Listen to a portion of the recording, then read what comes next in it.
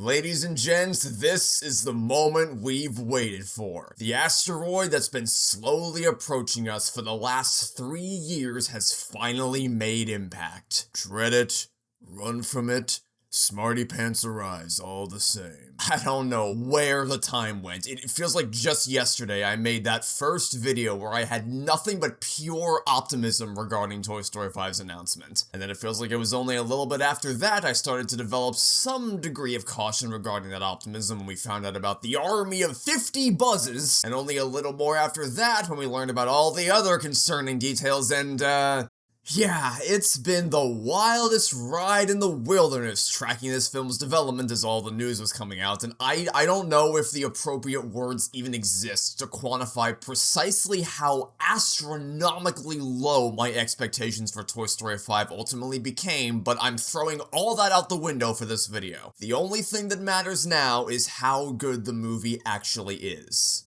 So, how is it? Is it good? Bad? Somewhere in between? A welcome return to form or a continuation of the franchise's downward spiral? Well, before we dive into specifics, if you want a brief 2-minute review for whether or not this movie is worth your time and money, I will say this. First and foremost, it is absolutely a better made movie than Toy Story 4, but it is also almost beat for beat exactly what I expected it to be. The things I expected to like, I liked. The things I feared would annoy me, annoyed me, thanks to the trailers showing all their cards, which is a breath of fresh air after being 1-2 punched by both Toy Story 4 and Lightyear back-to-back in the span of 3 years, but I just wanted one thing to surprise me. One thing I could walk away from the film and say, wow, I did not expect that, and it was fucking awesome. And I didn't get that. There was not one thing that surprised me in this movie.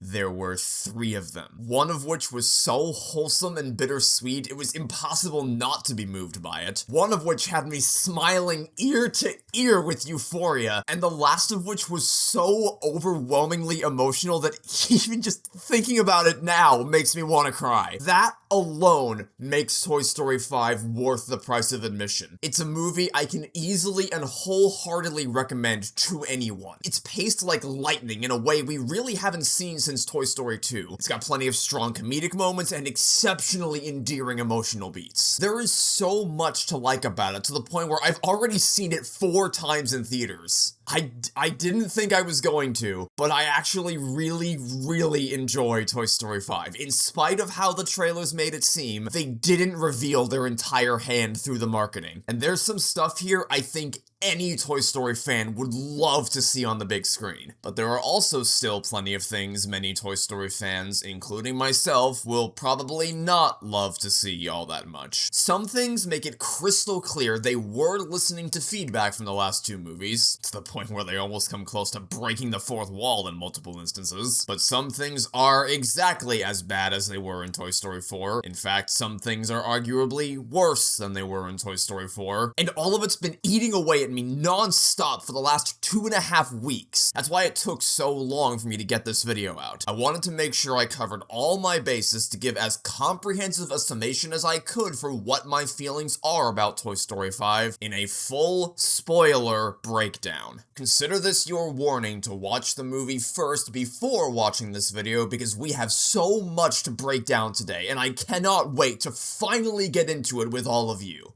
So, let's begin. Given just how bad the trailers make this movie look, I figure it makes sense to start by examining how my biggest pre-release concerns translated to the finished product, especially because I kinda want to get a lot of the stuff I wasn't too fond of out of the way up front when there's so little of it compared to the stuff that I was really impressed by. First of all, sadly, yes, nearly every single one of Andy and Bonnie's toys are shafted once again. There's literally a moment where Slinky asks, "What do you want us to do?" And Lily just responds, "Nothing," which would be funny if it weren't so sad. I don't even know why they bothered recasting Mrs. Potato Head, because I genuinely don't think she has a single line in the entire movie apart from the post-credit scene, but if she does, then it's buried amongst a sea of voices all chiming in at once during group shots, which is exactly what happened to Mr. Potato Head in Toy Story 4. As for the other recast, I alternate back and forth on a line-by-line basis on whether I like Jeff Bergman in this role, because sometimes he has a delivery that feels to be in the same spirit as Don Rickles, but other times it's not even remotely close and completely takes me out of the movie. But it's also not a huge deal because, like I said, the other toys are in the film so little that they never really stick around long enough to get on my nerves. And when they are in the film, they all act more like themselves, specifically Dolly. The transition from her leading the room to just being another one of the toys is virtually non-existent, but that's Toy Story 4's fault for being so sloppy. Building off of where that film left us, she's perfectly fine here and is way more in line with her personality from Toy Story 3, which is part of why I'm not nearly as upset by the sidelining. Another big reason this doesn't infuriate me the way it did before is because the trailers prepared me this time. Unlike Toy Story 4, where they very much made it seem like the other toys were gonna have a much bigger role than they actually did, these trailers showcased front and center, out of the gates, the other toys were not going to be part of the main adventure, so while it's still annoying, Pixar seems thoroughly uninterested in honoring the original ensemble as opposed to lasering in on one specific character, it's hard to feel ripped off by the decision when it was labeled on the tin. Plus, in the case of characters like Bo, it is very much welcome that she's in the movie for as little as she is. Another thing I was kinda worried about was them reusing old music as excessively as Toy Story 4 did, and there is unfortunately a bit of that here, sometimes in ways that actually bothered me more than anything from that film. Like, I talked a lot about how tonally balked it was to play the Claw rescue music during the final seconds of Toy Story 4, but at least that was also a huge emotional moment that warranted some kind of big orchestral cue. Toy Story 5, meanwhile, plays a piece of this track during Bonnie's imaginative playtime when Buzz is giving CPR to Rex, which is very much played for laughs. One of my favorite parts of the film that we'll talk about later is when Bonnie's mom realizes what's been upsetting her daughter so much. I was super emotionally invested in Bonnie's situation, but then I got pulled right out of it by hearing the so long music from the end of Toy Story 3 in the background. Plenty of people probably won't notice or care about this, but those sequences stand out in no small part because of the incredible original music Randy Newman composed for them, so I would prefer if the same was done for this scene in Toy Story 5 to give it its own identity rather than lifting the musical identity from past movies. I also wish iconic tunes like the music we hear when Woody comes out of the box in Toy Story 2 weren't used for the scene where Jessie plays the Pick the Poop game. No, you did not mishear me. Jessie literally plays a game called Pick the Poop on Smarty Pants. We'll talk about it in a little bit. Now, what I will say in defense of the film here is that Toy Story 5 doesn't return to the well of musical nostalgia nearly as frequently as Toy Story 4 did. Whereas that movie's finale was largely driven by recycled music, this time they slow that down a lot past the halfway point, and we start hearing almost entirely new tunes for the big third act, apart from the example I just mentioned. And there are some times where it does make sense for them to reuse classic melodies. For instance, it was cute hearing a brief instrumental reprise of You've Got a Friend in Me when Woody and Buzz first reunite. And I don't know that you could or should create this movie without bringing back the instrumental of When She Loved Me, given how inextricably linked to Jessie's backstory Toy Story 5 is.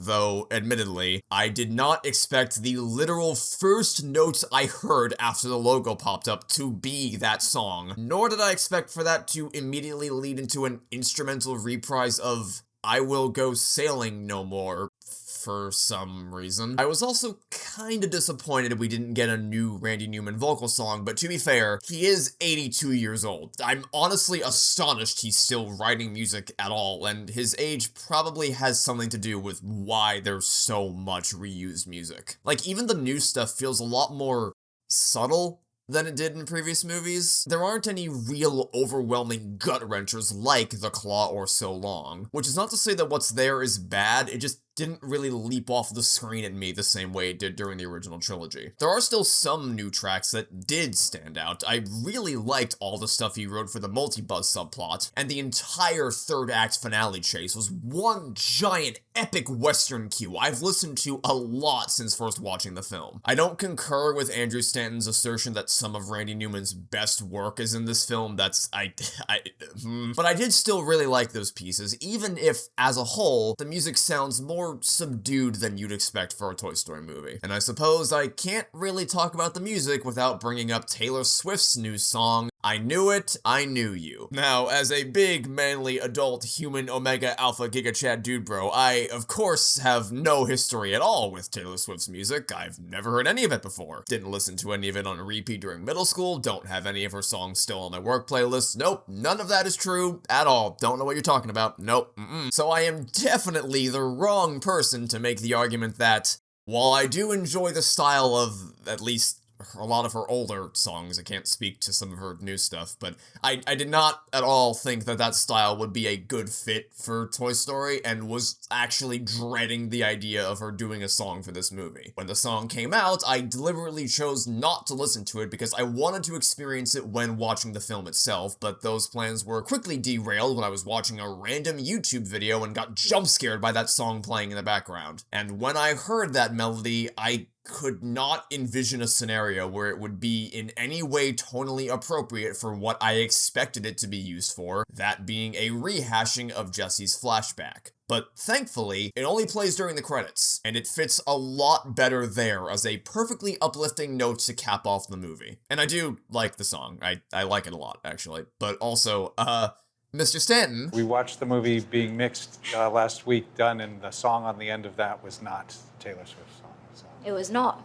Liar! Then there's Smarty Pants, which is a character who I believed could only have been created with the express purpose of infesting the script with toilet humor. So imagine my surprise when I watched the movie and actually found him to be truly, genuinely hilarious. In fact, there was one moment where he did something so funny, it was a genuinely laugh out loud, gasping for air, belly laugh moment that I will not ruin for you, even with the spoiler warning. I really liked Smarty Pants whenever he wasn't engaging in toilet humor, which unfortunately is still the vast majority of the jokes he tells. Remember that pick the poop game I mentioned earlier? Yeah, well, it's exactly as cringe as you'd expect it to be. He sings 2 different mini-songs, one about pushing and one about going number 1. He makes jokes about farting being a 1.5. He even manages to shove a joke about passing gas into the finale.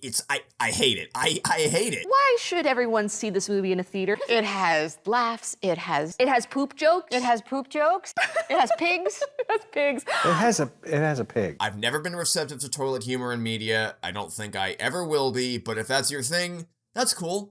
It's just not mine. And I think it speaks to the strength of both Conan O'Brien's comedic timing and the quality of his other jokes that I ended up liking the character so much in spite of the excessive potty humor. Really, though, this is all beating around the bush, because probably the most glaringly obvious area of concern leading up to the release was Woody's balding and beer belly the marketing made such an enormous deal about. But this is the beginning of a pattern you're gonna start to notice with how this movie was marketed, in that all the worst stuff, and I do mean all of the worst stuff, was already shown off in the trailers. You have already seen every single time the movie calls attention to this beer belly. It does not show up at any other point, which makes me wonder what 200 IQ genius looked at this film and said, hey, you know what the best thing about Toy Story 5 is? The thing that'll really put butts in seats? Woody having a beer belly. Who did that? Who made that choice? I just want to talk. Though, to be fair, they must know what they're doing to some degree, because all 4 times I saw this movie in theaters, this stuff got huge laughs, which kinda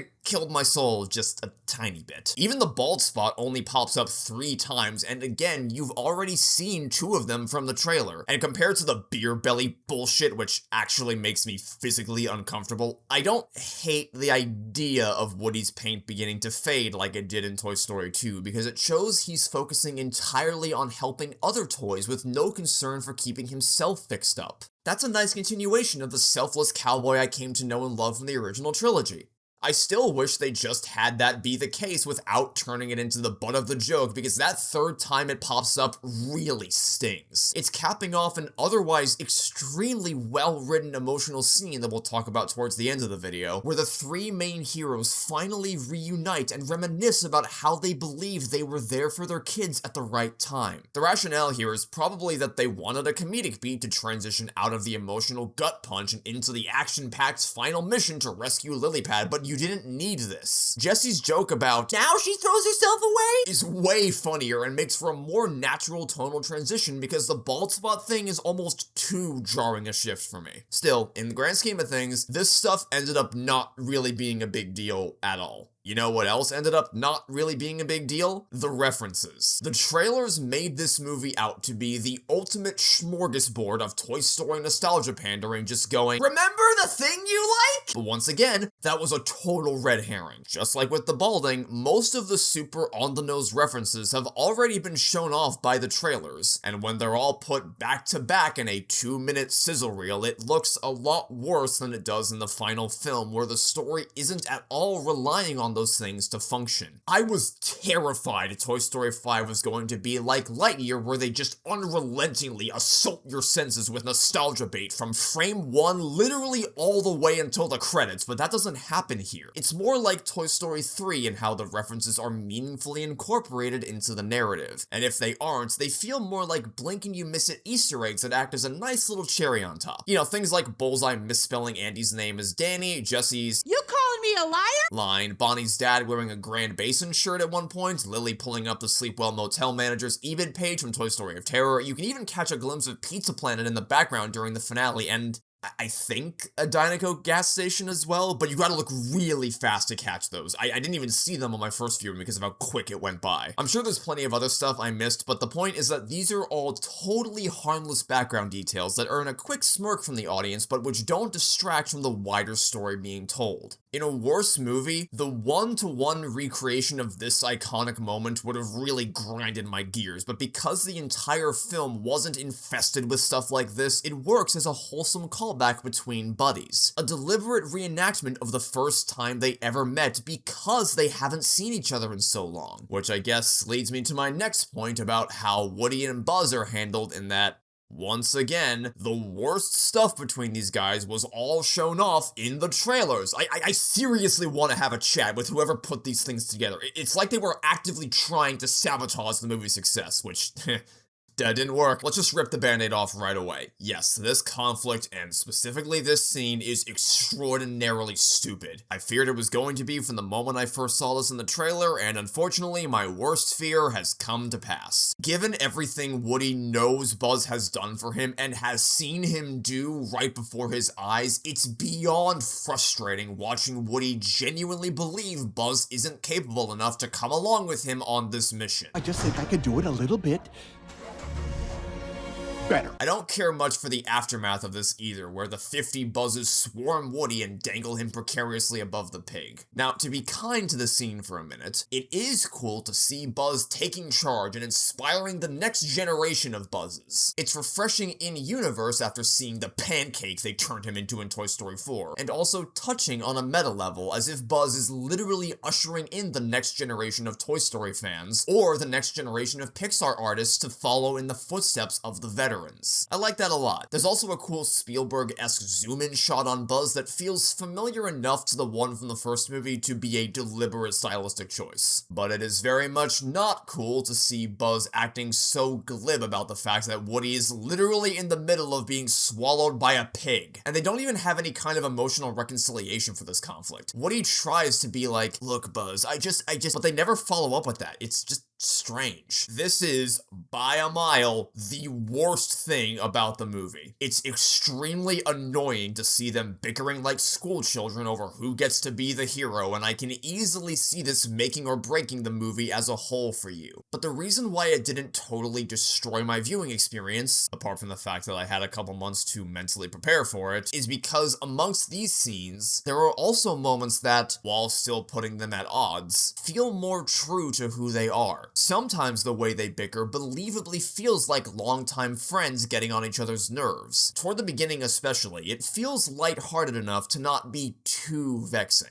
Like, I don't hate Woody and Buzz saying they thumb wrestled over who does phase 2 of the plan. They both know they're capable, sometimes. They both want to help save their friends. They just have to sort out who's responsible for what role. The whole scene where they confront LilyPad and try to unearth the truth of what happened to Jessie is one of my favorites because it shows them both contributing to this plan. It shows them both being smart enough to figure out how to use Lily's limitations against her, including actually unplugging the charger. You know, that incredibly easy solution everyone was talking about as soon as we heard about this LilyPad? They actually do it. They actually play that out. I was so surprised and delighted by this whole encounter, showing them working together, them high-fiving when their plan works, and then in the finale when the knowledge they've gained from their time spent with Lily allows the characters to very quickly find her on the truck when time is of the essence. Lily being able to catapult them halfway across the room is totally ridiculous though, and you'll never convince me that it isn't. This meme from my Discord server is evergreen. But the best moment for these characters isn't any of the action stuff, it's the quiet scene they share together under the bed where, again, spoilers, you were warned earlier, Woody reassures Buzz as he's worried about Jessie, and Buzz asks him to be his best man for when he proposes to Jessie. Not gonna lie, I got a little choked up watching that. It was really, really sweet. And what makes it so good is that they don't have to spell out their feelings to each other. Buzz literally sighs once, and Woody immediately understands what's bothering him. They have that kind of psychic connection from all their years of adventure. They know exactly what to say to each other, on top of the content of the scene itself. So I guess I'm overall mixed on their writing, but the stuff that's good is really good, so it kinda outweighs the really terrible stuff. Although I don't know how I'd feel about it if I didn't know in advance about all the cringe shit. And I have basically no complaints for how they're written individually. You'll be very happy to hear Buzz is much more like himself this time around. I still wouldn't say he's back up to Toy Story 2 levels of awesome, but that has more to do with how the story is structured than how the character is written. He's not leading a cross-county adventure this time, so he has less opportunities to really rise to the occasion. But apart from that stupid barn scene, there's never a moment where I look at him and think, that's not Buzz. Buzz would never do that. He would never say that. In fact, it's the opposite. As in Jessie's absence, we see him concocting a Woody-esque Operation Playtime plot to get Bonnie's attention. He doesn't have an arc about inner voices and button pressing. This time, his main emotional journey is about finding the confidence to ask Jessie to marry him, which,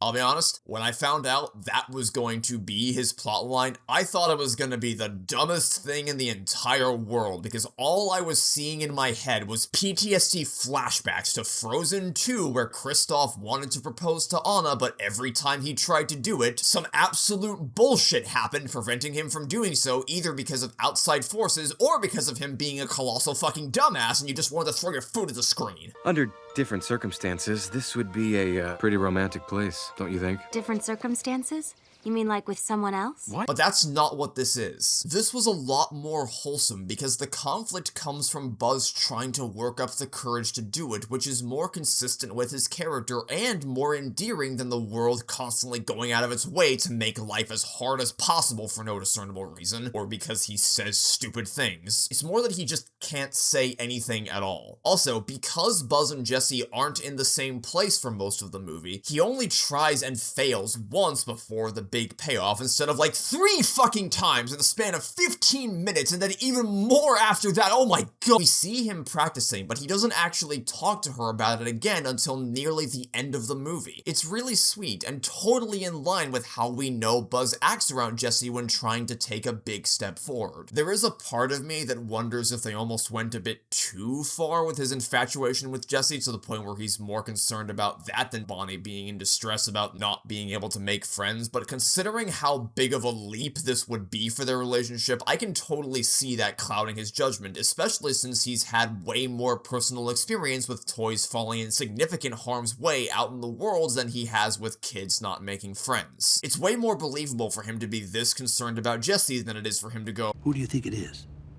Who? The voice inside of you. Who do you think it is? As for Woody, look, the thing about Woody's character is that, and you're gonna hear this a lot from reviews of this movie, he did not need to be in this story, and it's extremely obvious it was originally written without him. But at the same time, I do struggle to envision what a mainline Toy Story movie would look like without him, and there's enough good that comes from his inclusion that makes it feel not entirely unnecessary. I appreciate that they didn't try to contrive a story arc for him just because he's the face of the franchise. They correctly decided his journey was completed and allowed someone else to take center stage. If only Toy Story 4 took on that approach instead of being like, man, it's a Toy Story movie, so he's gotta change somehow! And, yeah, I'm totally biased bias in favor of his inclusion because of how explicitly it reverses the impact of the previous film's ending. It was so clearly written with the intention of separating these characters permanently. The emotion stems entirely from the finality of this decision, making it a true permanent goodbye, which is why there was no effort made to establish the type of connection Toy Story 5 conjures up out of thin air, and it's impossible not to laugh going from the ending of that film to the start of this one, where we see they still have him on speed dial and he can come back pretty much whenever he wants, which makes Toy Story 4 so much easier to swallow. And it is cool seeing him maintain his bravery when out on the road as he rescues a lost toy from the clutches of a squirrel. Now, you may be thinking to yourself, but isn't the way Woody returns really stupid? And the answer is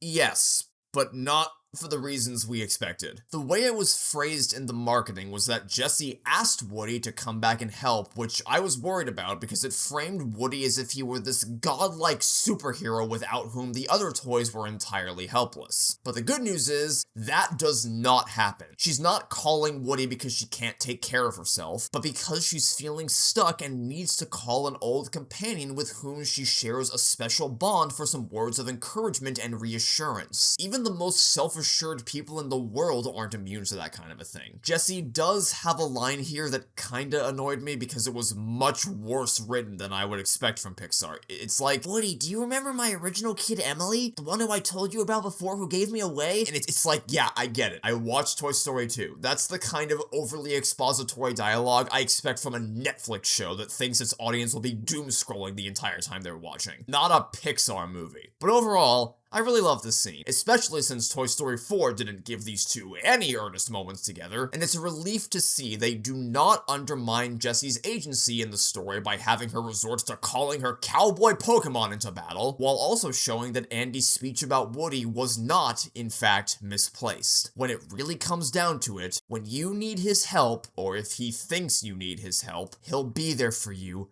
no matter what. However, the way he does get home is actually a lot dumber, because what happens is Jessie tries to hide the walkie-talkie from Buzz, for some reason, which gets stuck in the box at such a specific angle that the button keeps pressing and depressing so only some of the words get through, and because Buzz is like, "Boy, I thought you might need backup," it prompts Jessie to say, "No, I don't need backup," only half of which comes through the speaker, so it's more like, "I need backup," which makes Woody think she's calling for help. And to be absolutely fair, the writers were put in a very difficult position here. They were handed the ending of Toy Story 4 on a rotting, smelly platter and just had to run with it. It was a change in the status quo that was impossible to recover from in a way that wasn't totally contrived, and because the entire film isn't overflowing with moments of contrivance, they can get away with stuff like this. It's certainly a far cry from Toy Story 4, where literally every single scene cannot function without some degree of, "Boy, that sure is convenient." There's some stuff I can nitpick, like I guess it's a little lucky there wasn't anyone around to watch Lily fall into the box by the ice cream shop, but again, only small scratches when not surrounded by 1,000 others. Though,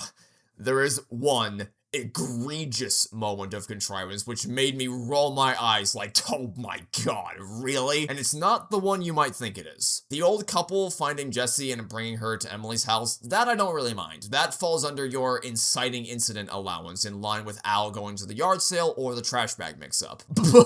But it is absurd, and I mean absurd, that the Buzz Army shows up at a campsite with a tablet that was left open and on at the exact moment when Blaze's tech toy trio uploads their social media post, then sees that Jessie is wearing a star badge, and instead of concluding, Local law enforcement, like Buzz did in the first movie, they conclude she's with Star Command, which allows them to cross paths with the main heroes after they doxed Blaze through that post and discover they, I guess, were just close enough to show up at the perfect time to meet up with Woody and Buzz. That sounds like an exaggeration for comedic effect, but no, they literally dox her, obtain her exact address, which I don't think is something you should be able to do through a children's tablet on a site specifically designed for children to be able to make friends, and I'm not even sure I buy that the Buzzes would know how to do that. Like, I get these are the high-tech Buzzes, but being so high-tech they can open up programming windows and shit?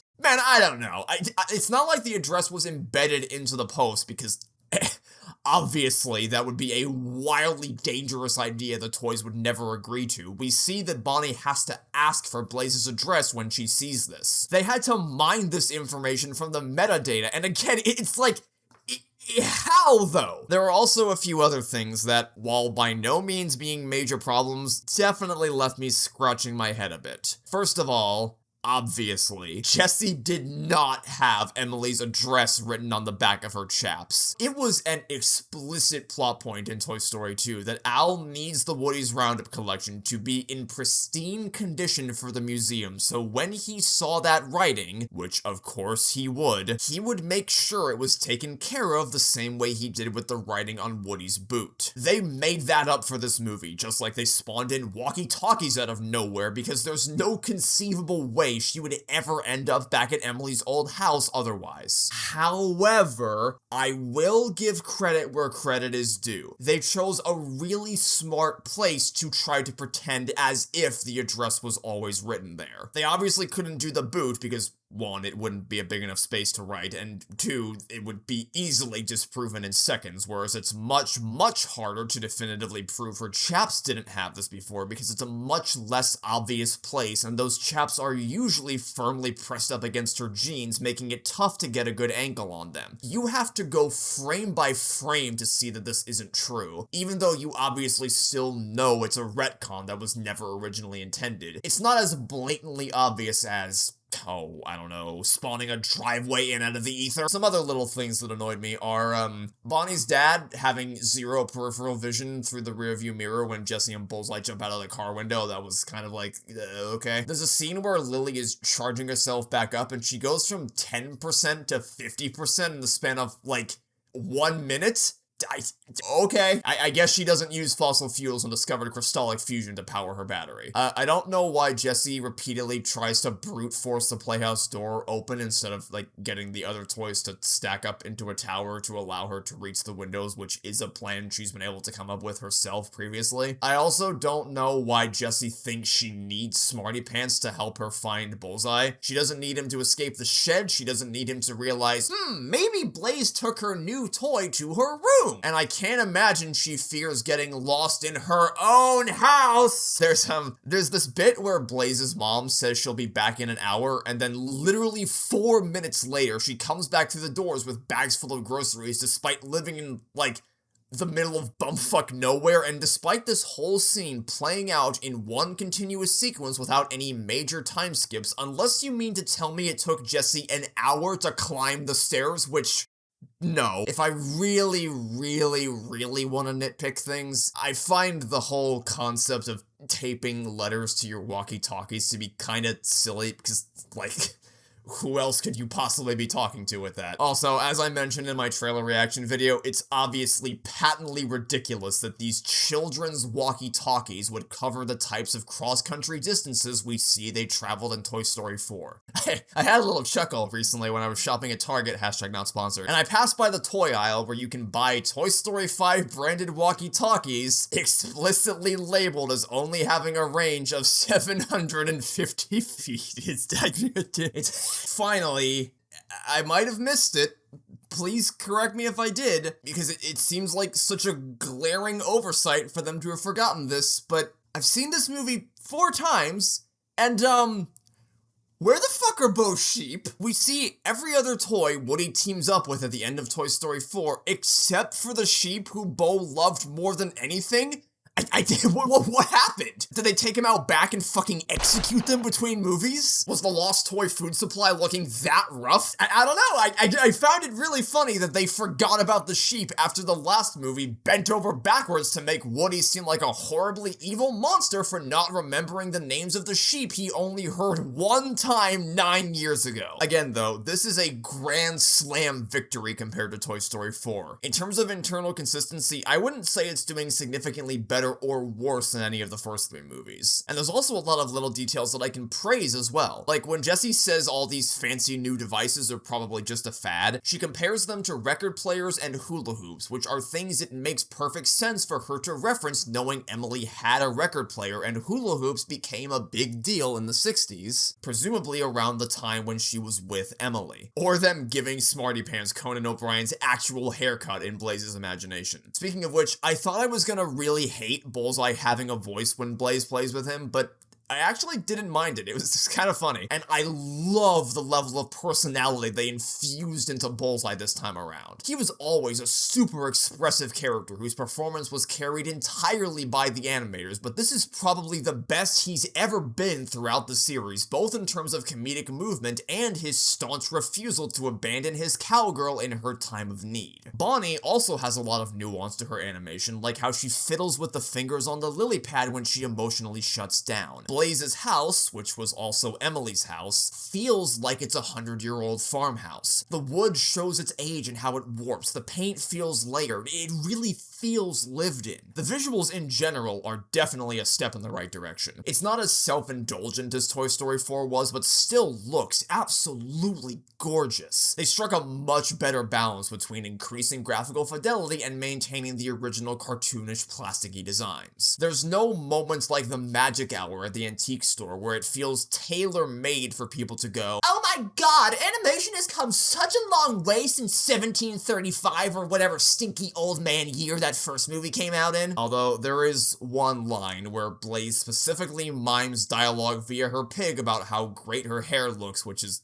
like one of the major new pieces of tech I know they developed for this movie, so they're not totally innocent in terms of stroking their own ego this time around, but at least that makes more sense since Blaze is supposed to be a very silly, playful character, so it feels more natural for her to talk like this, as opposed to literally stopping the movie dead in its tracks just to show off how pretty it is for a bit. It's kind of the unsung hero of the movie, in that if you pay attention to how naturally her curves and curls collide with each other and with Blaze's clothing, it's remarkably impressive, but there's no shot where they're actively flexing how amazing their tech is. I also appreciate the choice to make all the tech-driven houses be illuminated by cool blue light, while Bonnie's living room is the only one still warmly lit as she continues to play with her toys. Those color choices also carry over into her wardrobe as it becomes much more monochromatic, and she doesn't regain her bright green and pink attire or her colorful socks until she connects with Blaze at the end, and for most of the movie either wears dark purple cloaks or blue pajamas in keeping with the blue screen light. There's a lot of those cool little Easter eggs on Lily's screen. Even just the fact that tech toys like her see the world through a screen lattice, like that's the type of attention to detail I expect from Pixar. And more broadly speaking, there's some decently solid transitions between all the different storylines. Not Toy Story 2 levels of, oh, that was really slick what you did there. But the moments where they change still make sense for the most part, which is especially important considering how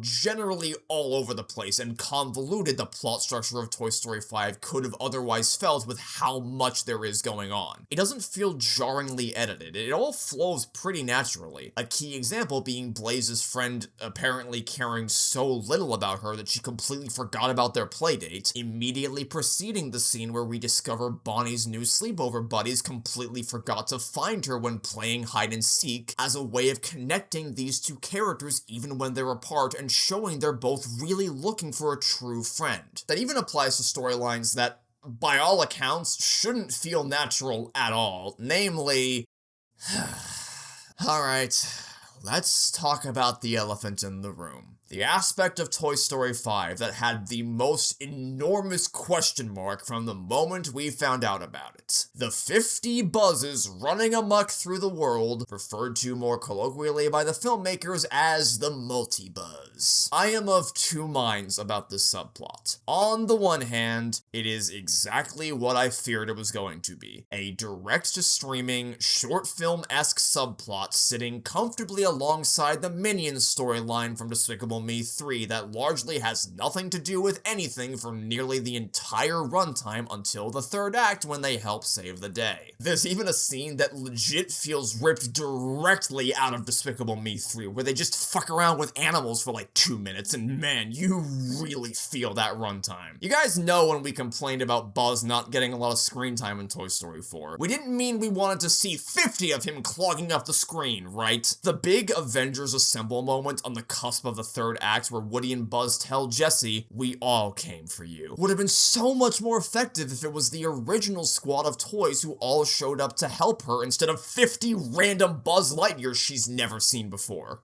Although, I will say, it is kind of funny for Jessie of all characters knowing her relationship with Buzz to just suddenly see like 50 million of them. That I will admit that's funny. Thing is, I don't even really understand what they were going for with their personality because, like, they're clearly intelligent enough to take care of themselves in making fires or boats or constructing interrogation devices or thinking to climb a crane to get above the fog. It's always refreshing to see a Buzz Lightyear character behaving intelligently. That's not always a guarantee these days. But then at the same time, they also behave more like a brainless hive mind with the whole Command, rendezvous with Star Command thing, and like thinking that a star in the sky or a badge equals Star Command, even though that's not what our Buzz thought was true at any point in the first movie. Speaking of that first movie, there is something that they do with the Multi-Buzz in this movie that I genuinely never in a million years thought they'd ever dare to address. One of the biggest questions I had about these guys was how in the world toy sentience could ever possibly remain a secret when you have 50 Buzz Lightyears who don't believe their toys wreaking havoc upon society.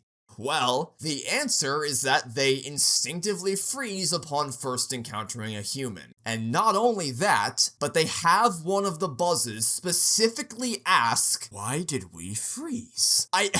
I swear to you, I had to do like 10 different double takes. I was genuinely flabbergasted that they were tackling this head on, and was then immediately disappointed to discover that that question is the extent of this film's interest in exploring the concept. It's just instinct. That is canon now. It is instinctual for every single toy ever created that if they see a human, they will freeze. Which, I mean, it retroactively patches up Forky's freezing in Toy Story 4, but is also a much more boring explanation than the idea that Buzz was simply accepting and respecting the cultures he encounters along his adventure, on top of raising a lot more questions than I think they realize. The Multi-Buzz's reaction to this event is essentially just, we don't understand why we froze, but clearly it happened because we saw a human, so we should try to stay away from humans. But if you recognize what humans are and are instructing yourselves to avoid humans, distinguishing yourselves as being different entities from humans,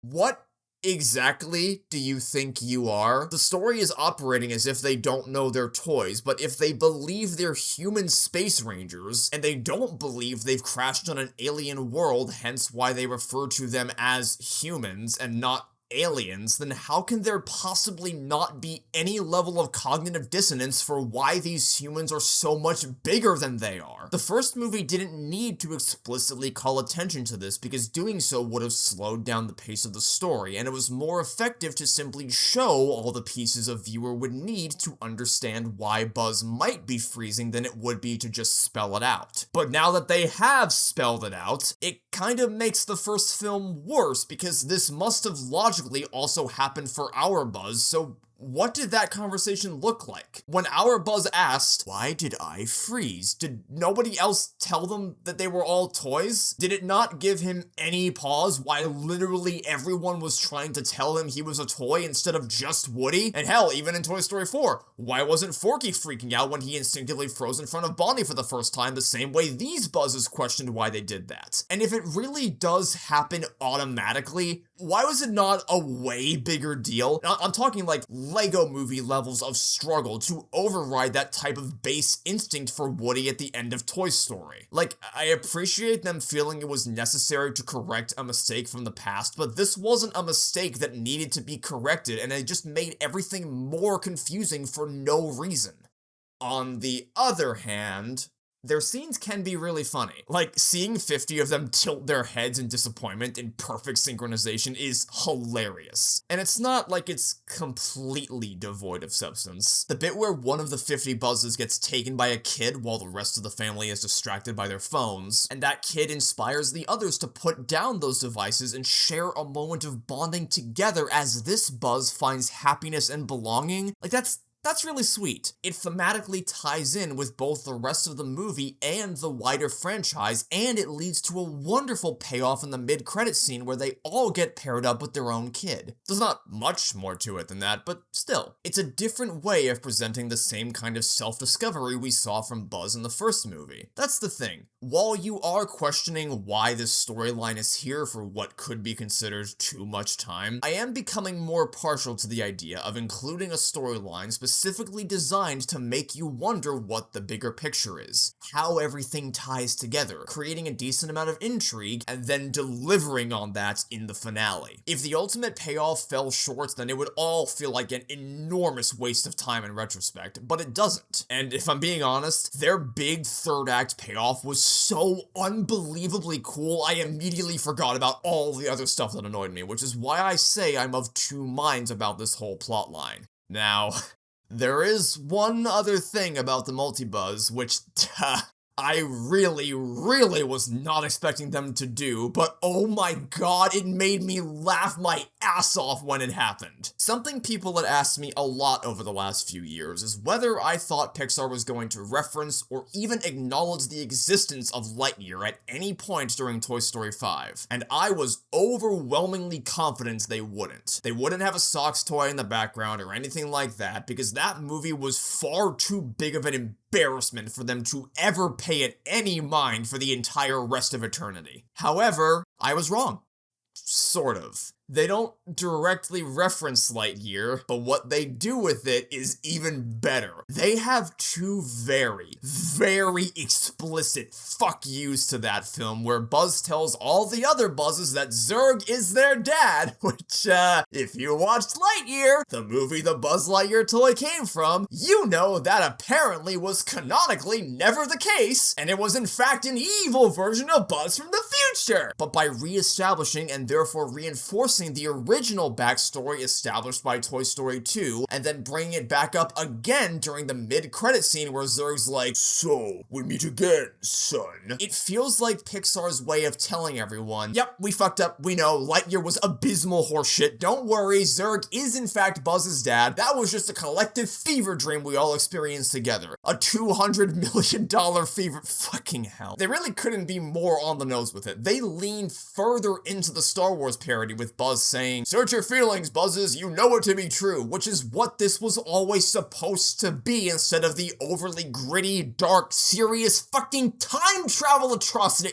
God, that movie sucks so much ass. Fuck Lightyear and the confetti cannon turnip ship it rode in on. I can't express how refreshing it feels to experience a Toy Story movie that doesn't want to be dark and gritty. It wants to be colorful, it wants to be silly, it wants to have fun, and nowhere is that more true than in the imagination sequences. When it comes to portraying the emotions of playtime on screen, there's two ways you can go with that. You can either show how over the top and exciting a kid's imagination can be, or you can create a visual representation that appears as though the kid could have made it themselves. Toy Story 3 did the former, and did it as big and loud and epic as possible, so it's only logical for Toy Story 5 to do the latter. If Toy Story 3's opening is all about how awesome playtime feels from the perspective of the toys, Toy Story 5's playtime is more about the specific, uniquely wonderful imaginations of Bonnie and Blaze from their perspectives. I know some people have found themselves worn out by studios shifting away from hyperrealism to crafting their own original animation styles in the wake of Spider-Verse, but Toy Story 5 doesn't feel like it's trend chasing by implementing these sequences. It's very purposeful here because it's supposed to feel like something Bonnie could have made with her own arts and crafts, her own low-budget resources, her own chalk, her own pastel paints. Every frame of these sequences evokes the spirit of childhood with its charming watercolor palette and exaggerated emotional reactions, which is also integral to the themes of the story in celebrating and preserving human creativity, not losing those parts of yourself to machines. And that, to me, is a more daunting task than something like the opening of Toy Story 3, because you're having to make something in a computer that doesn't look like it was made in a computer. I see the carnival panning shot of Toy Story 4 and I just roll my eyes, whereas I see Toy Story 5's playtime and I am stunned by how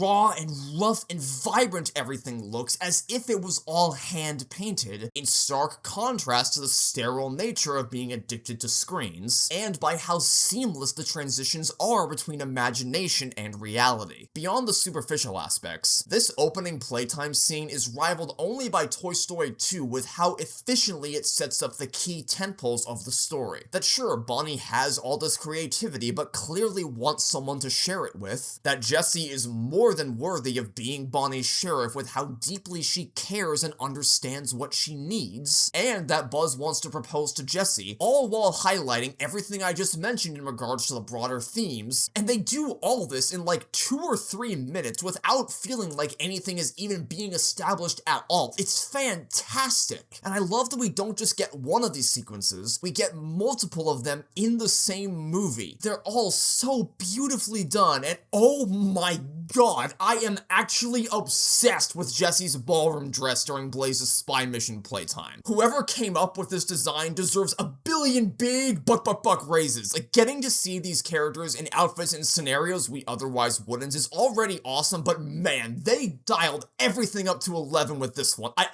can't even explain why I love it so much.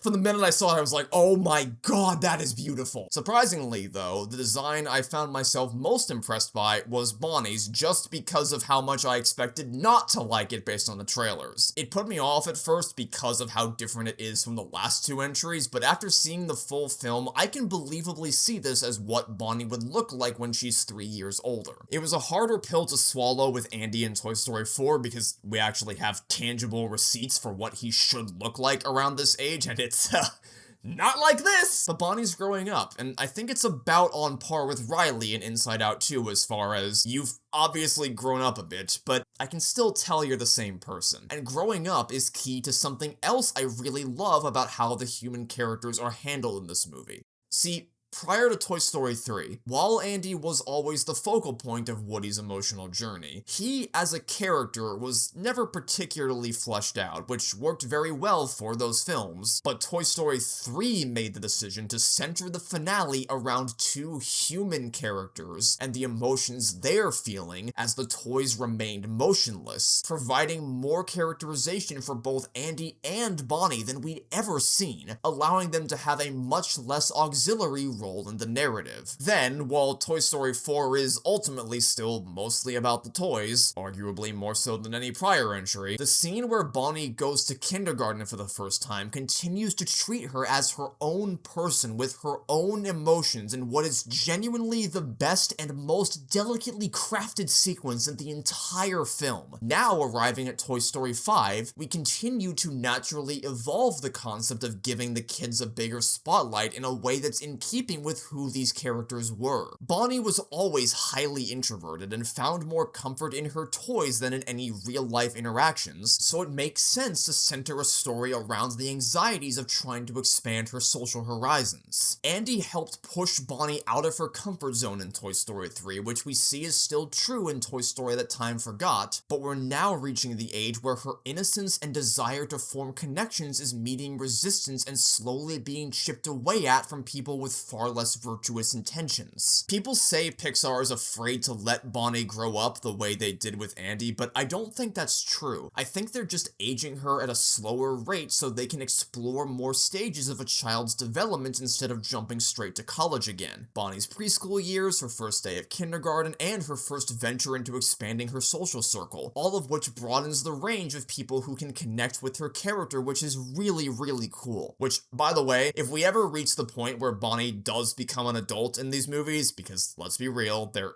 obviously going to make Toy Story 6 eventually, they should bring Emily Hahn back to voice her the same way they did for Andy with John Morris. Make it happen, Pixar. Anyway, the scene I brought up earlier where Bonnie reads what the other girls are saying about her moved me a lot more than I thought it would. It's not at all like the Ralph breaks the internet comment scene where it's just completely impossible to take seriously on any level. The emotions here feel more raw, the messages feel more authentic, and the thematic takeaway isn't "don't ever read the comments, you stupid fucking dumbass garbage movie." Bonnie's mom's words of reassurance about what makes a true friend are much more meaningful, and they're what made me cry more so than the messages themselves. And Bonnie suddenly not wanting to play with toys anymore as a result of these new sleepover buddies can be so easily analogous for any other kind of interest you feel obligated to abandon in favor of pursuing social status that anybody of any age can identify with her struggle. Of course, Bonnie isn't the only kid who takes center stage this time around. We also have Blaze, for whom it's very important that her personality and interests be easily compatible with Bonnie without being an identical clone of her. She's a little bit older, a little bit wiser, making her someone Bonnie can reliably learn from and lean on, but not so much older that their lives are too developmentally misaligned to meaningfully overlap. You can even see the age distinction in their rooms, as while Bonnie's is messier, keeping her toys ready to be played with at a moment's notice, Blaze's room is tidier and her toys are displayed more so as collectibles because she's not playing with them as frequently at this age, but they're not locked away in an attic or a closet because she's not fully moved on from toys or been totally suckered in by the lure of technology despite still using it herself. And I do believe it was a worthwhile venture to tackle the notion of screen addiction in a Toy Story movie, striking a healthy balance between the benefits of technology and the irreplaceable value of human connection and creativity, and not sacrificing your personality or beliefs in favor of one or the other. Many people, myself included, have argued prior to release that there's nothing new under the sun here. Toy Story The Time Forgot already lightly tackled this concept back in 2014. Now, having watched the film, while I don't think people are wrong to point out that this plotline was being done 10 years ago, I also don't believe this is a Ralph breaks the internet situation where nobody has any idea what the hell any of the shit is anymore, and in fact, some websites they visit are entirely obsolete. Have I mentioned that I fucking hate that movie? But with Toy Story 5, technology isn't going anywhere. If it's not iPads 10 years from now, it will be some other fancy new gadget parents and kids have to contend with. It always exists in some form, which makes the conceit of this story just as timeless as the themes of the original trilogy. I'd even argue it's more relevant now than ever before because in the aftermath of the pandemic, when screens became the Swiss Army knife for entertainment, work, and social interaction, the manner in which people engage with each other has fundamentally shifted, and not for the better. It really feels like some younger people have just never been in a public setting before and genuinely don't know how to behave because most of their critical developmental years were spent behind a screen without any real people to see how their behavior impacts them. Their emotional intelligence and maturity is being stunted, but at the same time, a point Toy Story 5 raises, which I hadn't even fully been able to articulate myself, is that technology is making kids grow up too fast, exposing them to adult concepts and societal pressures at a point when they may not be properly equipped to handle them. It's something I kinda always observed through my younger cousins, but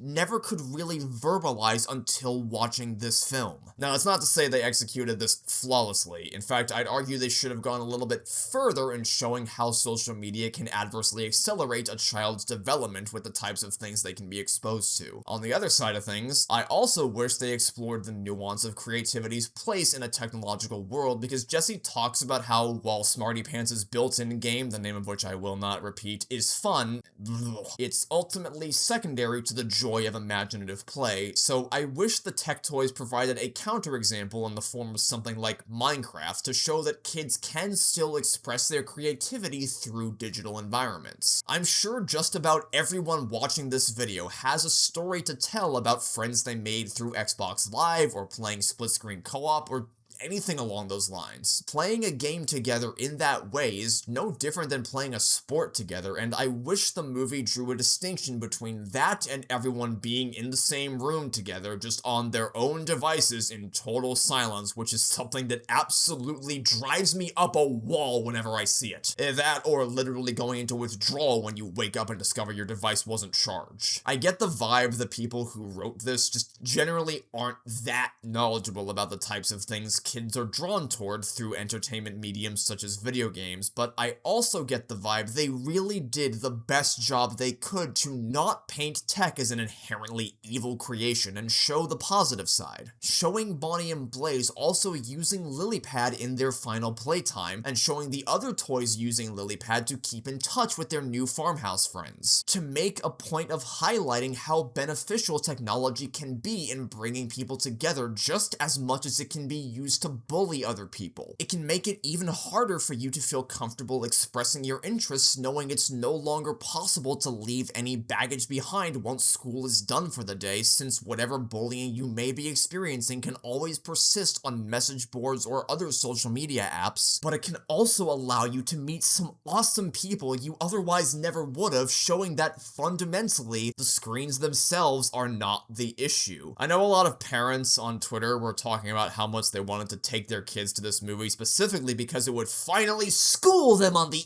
evils of iPads, and were in turn disappointed to see that LilyPad isn't portrayed as a horrifically irredeemable villain designed exclusively to destroy Bonnie's life, and that people who like the movie have fallen for tablet propaganda. But I'm sorry y'all, that ain't the problem here. It never has been. It was always just people using tech to amplify the effect of their virtuous or malignant characteristics. You're not gonna want to hear this, but parents are more than complicit in fostering the types of negative habits Bonnie exhibits in Toy Story 5, because it's their responsibility to instill good manners and healthy behaviors into their kids, which is also something this movie addresses, even though I was certain Pixar never would. Adults are shown to be just as captivated by this technology as their kids, and I think it's reasonable to conclude that part of the reason why the sleepover kids treat Bonnie so horribly is because their parents, just like everyone else, aren't as present as they should be in their kids' lives. In Toy Story That Time Forgot, we saw Mason's dad was the first one to open the door and greet his son's guest, but in Toy Story 5, the sleepover parents are nowhere to be found and the girls are all just sat outside on their tablets. Unlike Bonnie's parents, who are apprehensive about buying this thing for their daughter and remorseful when they see how it's affected her. They didn't want to buy her a LilyPad, but they felt pressured into doing something they didn't think she was ready for because of how bad a job everyone else's parents are doing. Bonnie saying she doesn't want to take Jessie and Bullseye home is what finally makes her mom snap out of it and understand something is very wrong with her, prompting Bonnie for more information on what's been going on, at which point she discovers the truth and in turn sees how neglectful they had been with their daughter, but then go on to provide a level of emotional maturity and reassurance no machine or AI chatbot ever could, while also showing in that very scene Lily isn't inherently the problem and it was the parents that caused all this, which is why she still allows Bonnie to bring the tablet with her to get ice cream instead of just throwing it away immediately or something dramatic like that. This is another area where I do wish they went a little bit further, as they show the parents start to implement more serious restrictions with the device after this scene, but don't go too far with it. It's not wrapped up in the epilogue as neatly as I would have liked it to be to show how her parents have grown from this experience, but fundamentally, this is still one of the things I love most about the movie, that it shows both sides of the coin, that it can be a terrifying world for parents knowing online connection is such a huge part of how kids make friends these days. I mean, hell, I knew kids in middle school who had a hard time maintaining strong social bonds because their parents wouldn't let them play video games online with their friends. It shows Bonnie's parents are aware of that while also knowing it comes with a lot of risks, but doesn't let the parents get off the hook because of those anxieties by showing how different parental priorities impact their families. It's simple, it's straightforward, but that doesn't mean it's not still important for people to hear. Perhaps you could call me naive or idealistic to think this movie has the potential to leave a lasting impact on the next generation, but that's fine. I still want to believe people really will take something away from this movie. And if you don't want to think about the broader societal impacts and just take the story for what it is on the surface level, that works too because of how LilyPad is written. She's the same style of villain as Gabby Gabby in that she finds redemption in the end, but it actually works for this movie in a way it doesn't for Toy Story 4 because you can see she is genuinely trying to help Bonnie the only way she knows how. There's no sudden heel turn where they forget all the horrible atrocities she committed. For example, one of the things I don't care much for with regards to the other toys is that them being put in the garage doesn't have the same stakes as something like them being thrown away in Toy Story 3, so when it happens, it feels kinda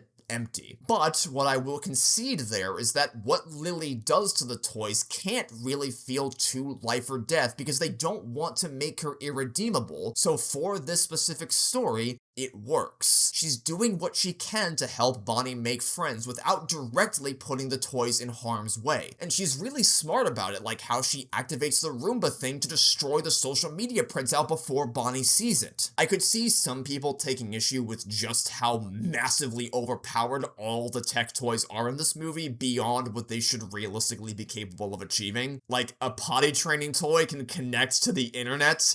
You fucking with me? But we're also in a world where video games and movies can look this good in the 90s, so I'm happy to accept the idea that the technology of this universe has simply advanced at a much faster rate than it has in our world. And at least it's consistent. It's not just Lily who can essentially jailbreak herself. All the tech toys have these incredible capabilities. I don't really want to get too much into the broader world-building implications of a tablet being alive because, for one, I just don't care at this point. But also because I think the film does a good enough job of covering its bases for it to not be too significantly detrimental. It does show, for instance, that there are plenty of technological devices like laptops that are not sentient despite still being connected to the Pond network, but they're also not explicitly designed to be played with by kids the same way LilyPad or Forky are, which seems to be the consistent through line binding them all together. Another thing that makes Lily unlike Gabby Gabby, we actually see a moment of growth where she throws herself away when she really didn't have to. There's no ulterior motive here. There was no reason for her to do this other than a genuine belief that she is the problem and Bonnie is better off without her. And crucially, the conclusion is not technology is to blame for the cyberbullying. It's I didn't understand what it meant to have a true friend beyond adding more numbers to the friends list, and I feel responsible for finding bad friends for Bonnie. She's almost an inverse of Gabby in that when you really look at her actions, she didn't do anything wrong given her understanding of the world. It's a good thing for her to help Bonnie make friends, but the problem was that she viewed the concept of friends in a very pragmatic, binary way. Look, I sent a friend request. Now she has friends. We did it, Patrick! We saved the city! Lily thinks all will be solved by simply getting Bonnie more people to talk to, but being fresh out of the box is also too naive to understand how cruel other people can be, and it's not always that easy, in contrast to the other toys who have been around the block enough times to know how awful people can be. The scene where she clashes with the toys about Bonnie being neglected at her sleepover works because they both fundamentally want the same thing but have very different ways of going about it. Lily believes her solutions exist exclusively through the Pond network, so her reaction to Bonnie being forgotten is to throw more screen time in her face to get her all caught up on the newest round of brain rot, whereas we've repeatedly seen these toys take much more direct, executive action to ensure the happiness of their kids above all else. Lily believes the toys are stagnating her by keeping her off the network, while the toys believe she's only further hurting her through these new friends, and neither of them are strictly right or wrong, which makes it so much easier to genuinely feel for her and be invested in rescuing her during the third act. And that's pretty much all the major characters of Toy Story 5 covered, with one obvious exception, who I have consciously avoided diving too deep into for the last hour because because I wanted to save the best for last. As everyone else has already said countless times over, this is Jessie's story. She is who this entire movie revolves around, so if her arc doesn't work, if it falls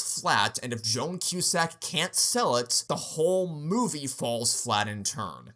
And oh man, does it work. It works better than I could have ever imagined. It's not flawless, though. My one minor gripe with the storyline is that when she first walks through the door of Emily's house, it should have been a really powerful, quiet moment as a flood of emotions and memories wash over her in an instant, and Jessie does experience that, but the problem is that it's all happening alongside Smarty Pants babbling on about bullshit, which really affects how moving the scene can be. I would have much preferred we be allowed to sit with those emotions in isolation instead of having to listen to him say, "Wait a minute, I'm back home!" Like, yes, movie, I get it. He's verbalizing Jessie's thought process while referring to himself. I didn't need you to tell me that, thank you. But that's the only ding I have. I was really happy with pretty much everything else about her journey in this film, which I really didn't expect to be. I'll be the first to admit, I went into this movie, and specifically this storyline, so cynically. When those first few music notes played in the opening, I was just like, fucking of course we're doing this immediately.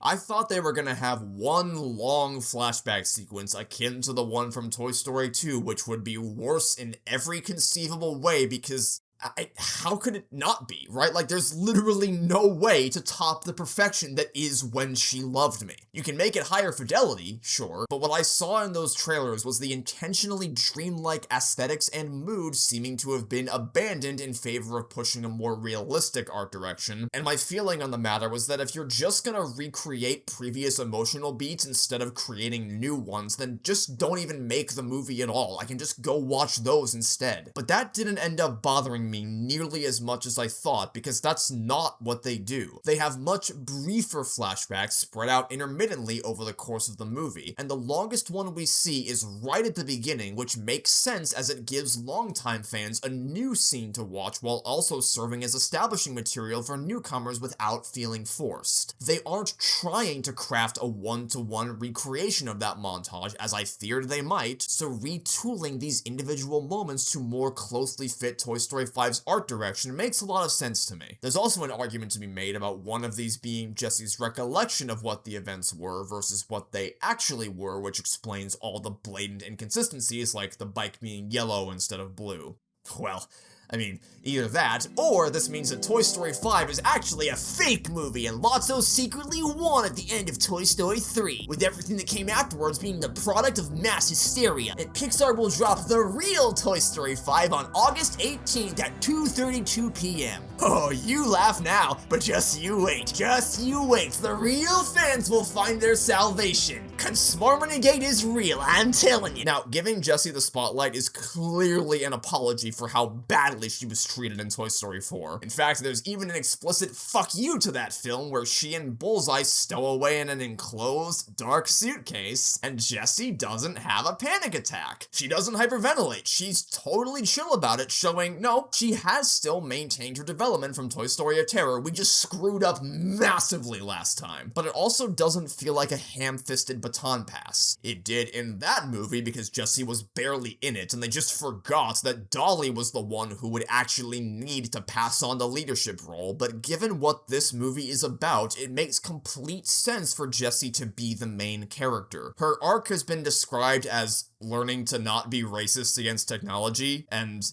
yeah, I can't really say that's inaccurate, but the film definitely isn't backing her on this point, right? Like, the conclusion is her learning that technology isn't all bad. It's kind of meant to be unreasonable that she so viciously decries the existence of any and all new technology because obviously, a camera and a GPS aren't analogous to an actual tablet, but at the same time, Jessie's reactions are reasonable for her character because the ways in which Lily has impacted her life would naturally bring back memories of her time with Emily. They didn't need to change who she was to give her a bigger role the way they did for Bo Peep in Toy Story 4. She effortlessly slots into the leadership position with Bonnie and her toys. I loved watching her trying to guide Bonnie toward the twins across the streets the same way Woody did for Andy at the end of Toy Story 3. They even mirror the shot of Andy holding Woody when he pushed him to make the right choice, showing how well Jessie has taken up Woody's mantle of responsibility. She fulfills the parental role the toys always did for their kids, perhaps more explicitly than ever before. She doesn't just take interest in Bonnie because she plays with her. She knows her. She knows her personality. She knows what she's like. She knows what's best for her, which is also why I would champion her being in charge of Bonnie's room over someone like Buzz, because it's not necessarily about who's the most competent. With Woody and Jessie being their kids' respective favorite toys, it makes sense that as the ones who know their kids the best, they're also the ones best suited to lead the other toys toward helping provide their kid with happiness. Also, on the subject of Pixar responding to audience feedback, I think they heard everyone talking about how weird it was that nobody ever pulled Jessie's string at any point in the franchise, because they pulled it like 7 times in just this one movie alone. A small thing, sure, but kinda cool to see nonetheless. Another small thing I was afraid of for Jessie's story was that they would literally have her talking to critters and understanding their language given how they described her in the marketing, but she doesn't. Not in that way. They even make fun of how much animals do not understand her when she tries to ride the horse and command the pig to bring her to the house. She's no more of an animal whisperer than Woody was with Buster. But one of the coolest small details about her storyline comes when Bonnie rejects Jessie and declares she doesn't want to play with her anymore. That happens when she's still in toy mode, and because of how Blaze is holding her, she's flopped over as if she's let herself go limp from sadness, which is a really smart way to show her emotions without breaking character. We don't even need to see her face to know how devastating this would be for her, and it works especially well for Jessie because the basis of her character is being over the top and loud and expressive in every aspect of life, being ready to jump into pretty much anything, so forcing her to remain motionless during what is such a pivotal emotional development for her is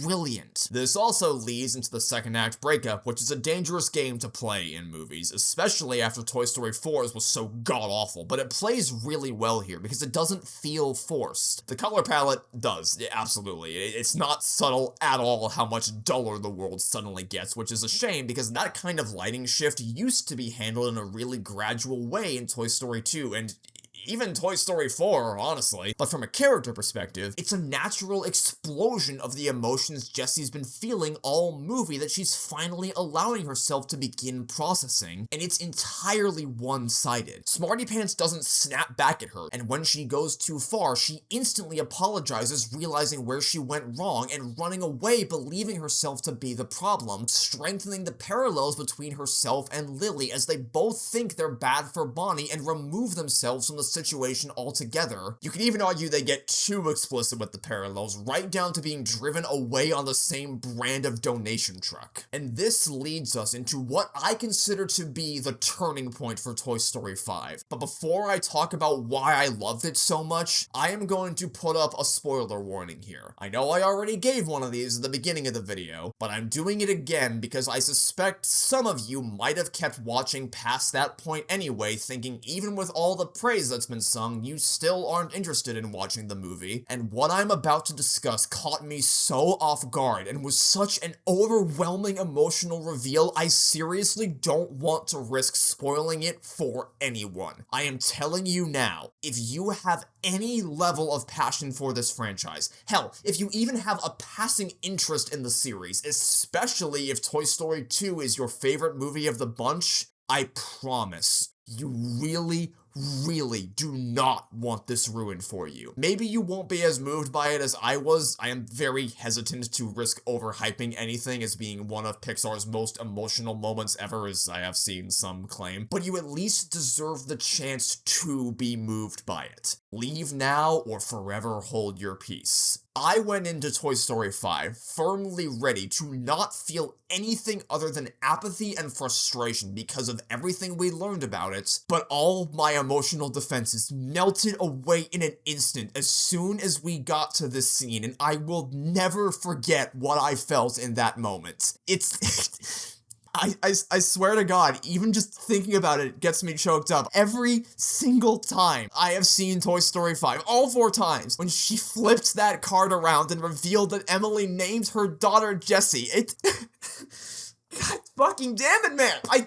It breaks me every time, because for the whole movie up to this point, you're kind of wondering, like, okay, yeah, we're in Emily's house, but why? What's the point? Why does it have to be that Blaze lives in Emily's old home? And when you get to a certain point, you start to wonder if there's even gonna be a payoff. Like, maybe there won't be, but that is why this works so well, the same way the reveal of Woody being in the donation box in Toy Story 3 works so well. Because it comes out of nowhere. Because the audience is primed not to expect it. You aren't given any time to ease into it the way you are for other beats, which is why it has the effect on me that it does. It's so smart how they do this reveal. I really didn't want Pixar to return to this well, because the whole time that leading up to release, I was just thinking that it was just gonna be cheap nostalgia bait. And also because, like, we've already put Jessie through the experience of another kid growing up and moving on. Like, what can you possibly... But the thing is, this is a very different arc for her to have, because it's not recycling her claustrophobia from Toy Story of Terror. And it's not recycling the idea of your kid outgrowing you and leaving you feeling without purpose. It's specifically tackling the idea that your existence didn't positively impact their lives at all. It examines it from the alternate perspective while still remaining firmly focused on what the series has been about since day one, that being the relationship between the toys and their kids. For Jessie to see how far Emily went after she moved away. For her to see, God,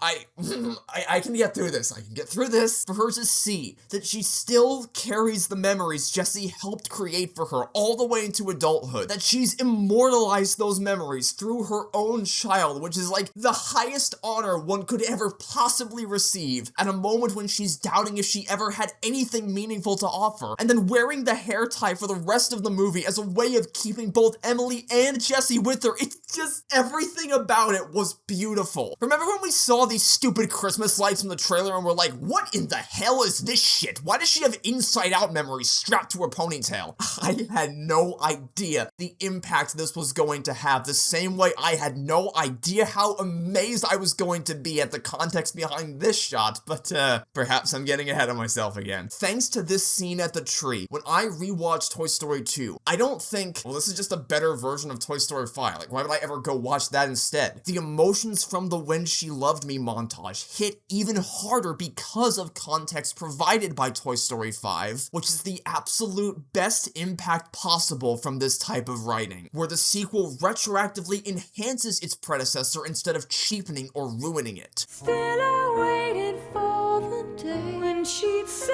I will always love you.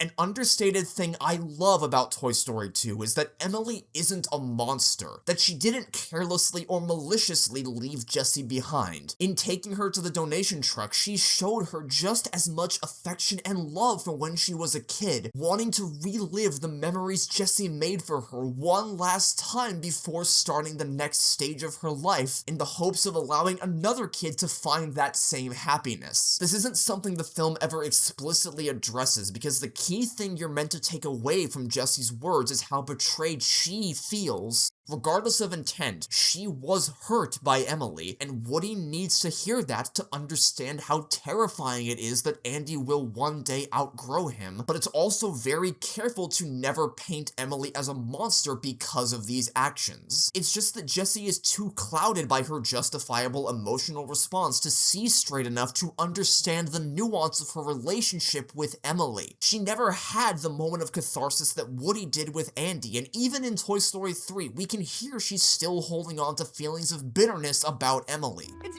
Emily all over again! She was too blinded by how her story ended to fully appreciate the beautiful value and worth of all the years that came before, which Toy Story 5 shines a light right back onto, allowing Jessie to find a different sense of closure that does not conflict with either Toy Story 3 or Toy Story of Terror, and instead adds to her characterization. We saw Jessie receive that kind of satisfaction interaction with Andy, but it's very different there because she was never Andy's favorite. She was one of many toys. But with Emily and now Bonnie, she was the one whom her kid's world revolved around. She bears the strongest burden of any of them, so she takes these moments of strife most personally. Now, I will say that if you were super attached to the theory that Emily was Andy's mom, you probably aren't gonna like this that much, but I never was attached to that, so I love this moment so much. I've also discovered in making this video that the original plan was for Jessie to actually reunite with Emily, and while I can understand why people would have wanted to see this, to maybe have Jessie actually played with by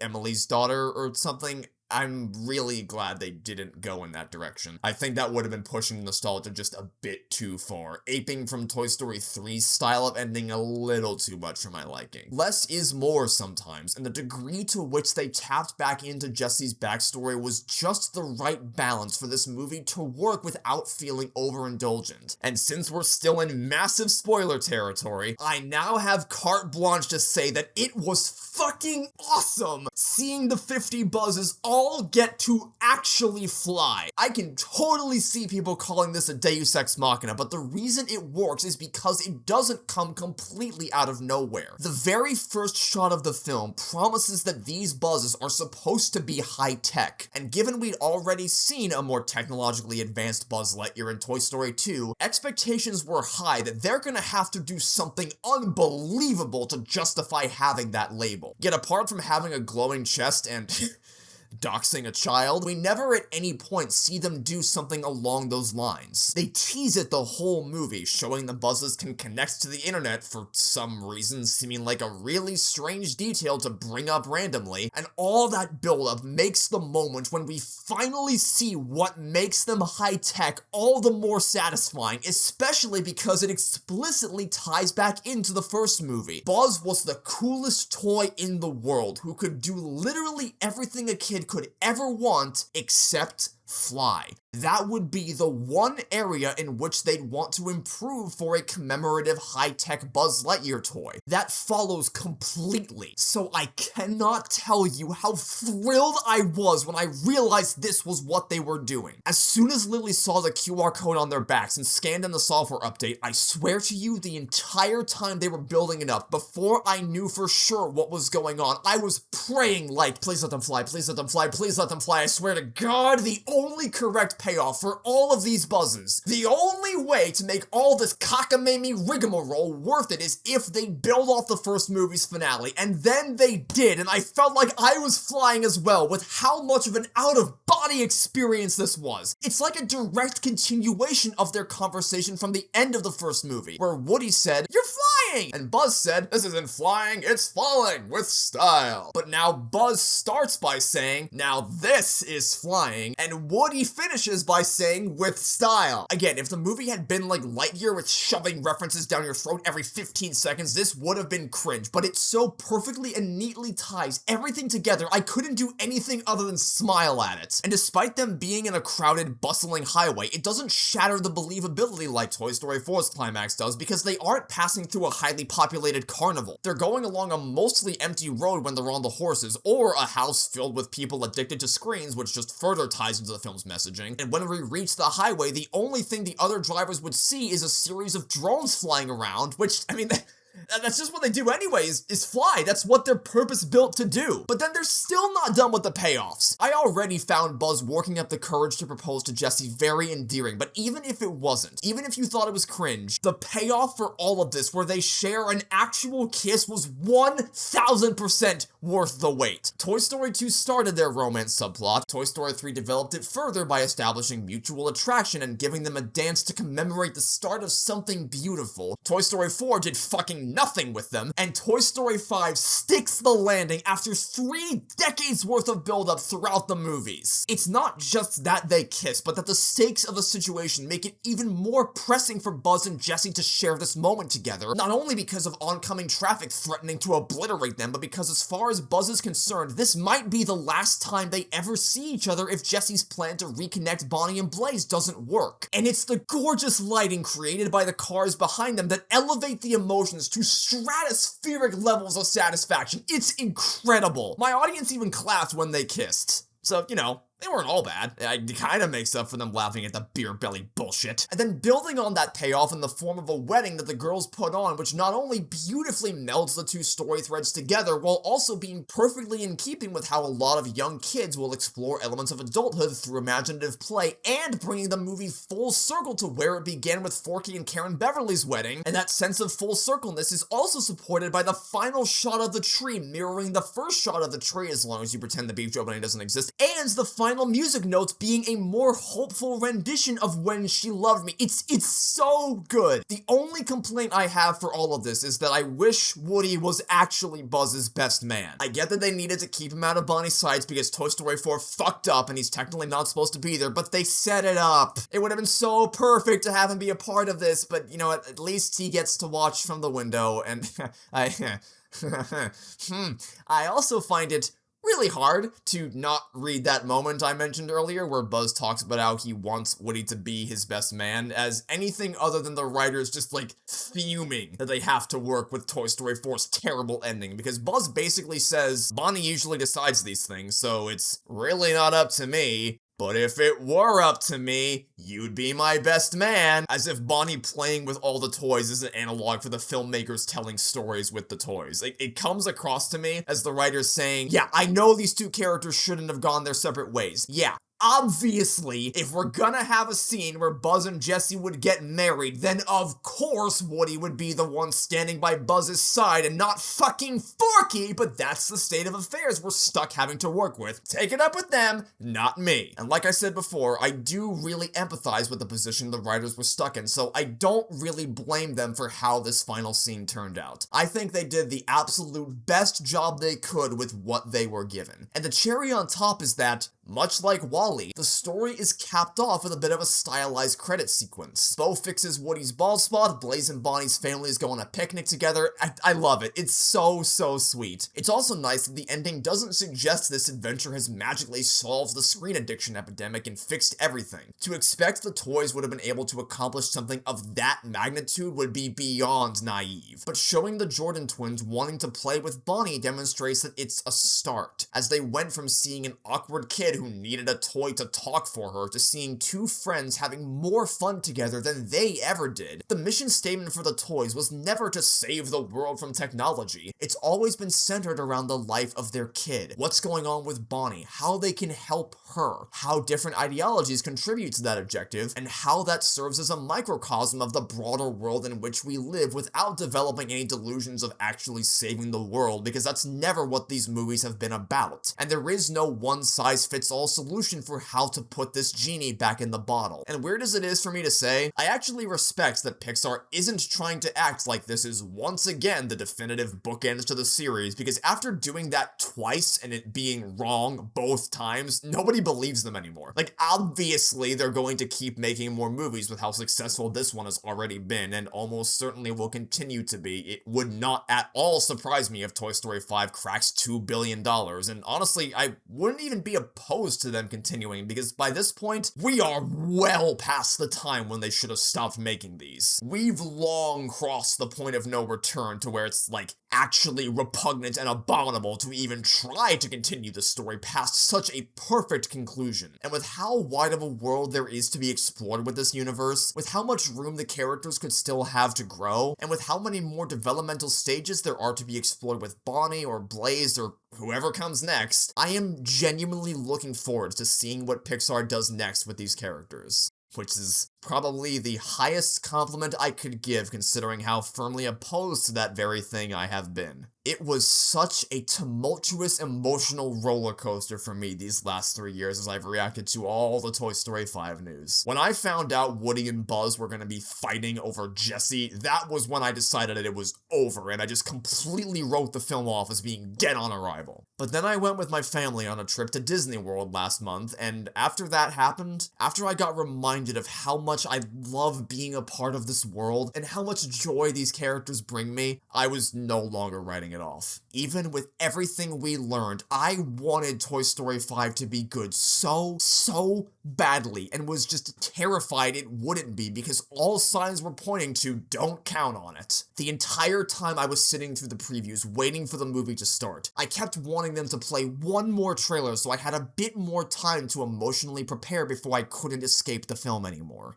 So to watch it, to see everything play out, it was like I could finally breathe for the first time in a long time. Such intense relief washed over me. I cried not once, not twice, but 3 times, not even counting all the other times I've cried since watching it, just thinking about it. And it wasn't even always because of something sad. Sometimes it was because of how beautiful and joyous the story was. And then I cried again when we hit the credits and I realized it's done.